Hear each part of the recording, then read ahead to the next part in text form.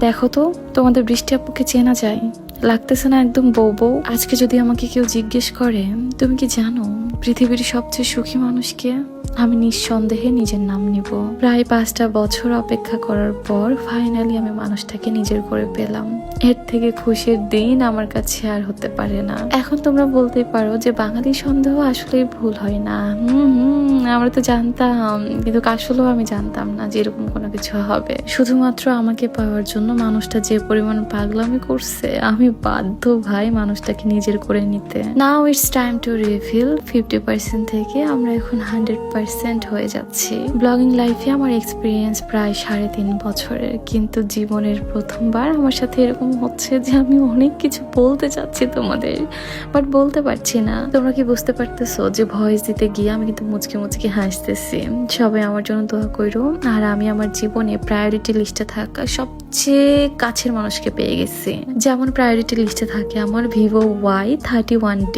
ফোনটাতে তোমরা পেয়ে যাবা 7200 mAh ব্লু হোল্ড ব্যাটারি। ফোনটাতে রয়েছে IP68 এবং IP69 dust and water resistance, Snapdragon 6S এবং Gen Z 2 প্রসেসর। ফোনটা দেখতে কিন্তু ভীষণ গুড লুকিং, আর তার উপরে এটা তোমরা পেয়ে যাচ্ছ ওয়াটারপ্রুফ, পানি পড়লেও কোনো কিছু হবে না এবং হাতে থাকলে অন্যরকম একটা ভাইব চলে আসে। ফোনের প্রত্যেকটা কাজ কিন্তু খুবই স্মুথলি করতে পারবা এবং রয়েছে বাজেট ফ্রেন্ডলি প্রাইসে। Look at the colour and look at the design ভাই, উফ জোস।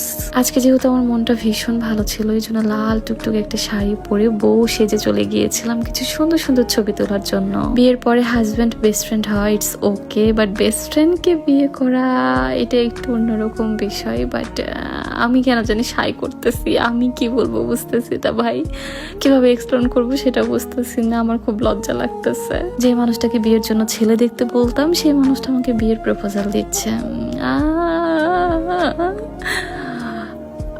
আমি 2 ঘন্টা ধরে চেষ্টা করতেছি ভয়েস দেওয়ার জন্য, বাট আমি সুন্দর করে গুছিয়ে বলতে পারতেছি না। আজকের ভিডিওটা একটু অন্যরকম হতে চলেছে, মানে আমি কোনো কিছুই বলতে পারতেছি না।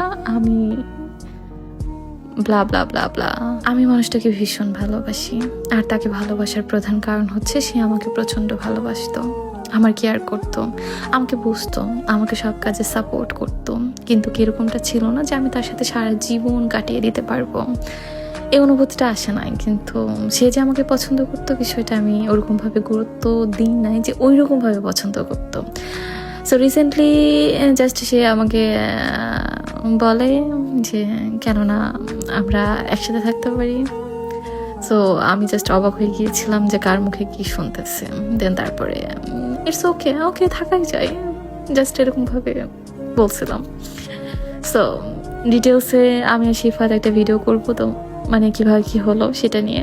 আর তোমরা সবাই আমার জন্য দোয়া করো, আমি যেন ভালো থাকি, সুস্থ থাকি। আর কিছু বলবো না ভাই, আমার লজ্জা লাগে, ভীষণ ভীষণ রকমের লজ্জা লাগে, কেন জানি না লজ্জা লাগে, ওটাও বুঝতেছে না। যাই হোক, আজকের এই সুন্দর ভিডিওটা এখানে শেষ করছি। সুন্দর ভিডিও না, আল্লাহ হাফেজ, টাটা।